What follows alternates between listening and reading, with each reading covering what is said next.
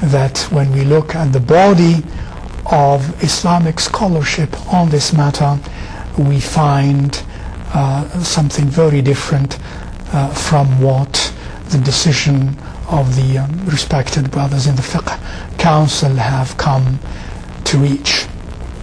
And thirdly, also the argument that was also used in that view is the argument of hardship, that the way we are deciding, we have been decided for so many years to begin the month of Ramadan, of waiting for somebody or some people to cite it here in North America, has led to some hardship for Muslims. As we look at all of those, we see that all of those, in my view, were actually violated. And let me, inshallah ta'ala, in the course of the short time that we have actually, please do. Let me try to go through some of those arguments and inshallah give as concise but as brief as possible a response to those questions, because I have been asked by many also brothers and sisters to opine on this matter and even to write something on this matter. So what I'm sharing with you is a sort of a summary of what inshallah ta'ala will be also published in a paper with elucidation but still brief, something like 20 pages.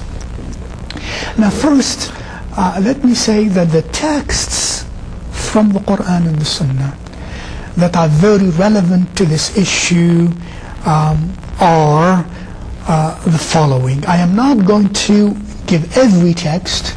Some texts convey the same meaning, so I'm going to mention the most relevant texts in this matter. Sure. Number two, why do we need to do that? Because it is an Islamic Shari'i matter. And in Islamic Shari'i matter, the source of our arguments is the Quran and the Sunnah of Rasulullah sallallahu alayhi wa sallam, and with that the proper legal Shari'i analysis, the proper juristic usuli analysis. In other words, not because there is a text then we're going to use any sort of reasoning to reach an answer. No, there is that which is proper reasoning, systematic, logical, usuli, legal hermeneutics, legal analysis. And that is the science of fiqh and the science of usul al-fiqh. If we are going to come to conclusions, even when we have texts, and we ignore the proper systematic methodology, then we are not following an Islamic Shari'i discourse. Sure.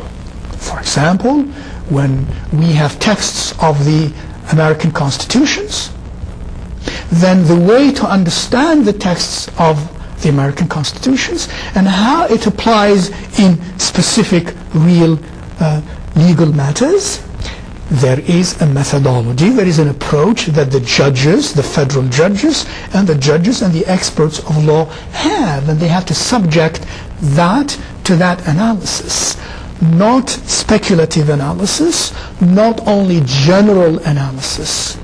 So there is a Shari'i discourse with the Shari'i texts to be respected. And the scholars, rahimahumullah ta'ala, the mujtahidun and the scholars in this field must be, as they were, rahimahumullah ta'ala, and many of them are and have been, very well aware of that systematic approach and that discourse. If we do not know that, and I mean by knowing that at a level that is scholarly enough, we might miss many of the aspects that are necessary. We might come to conclusions that are wrong even though we had good intentions.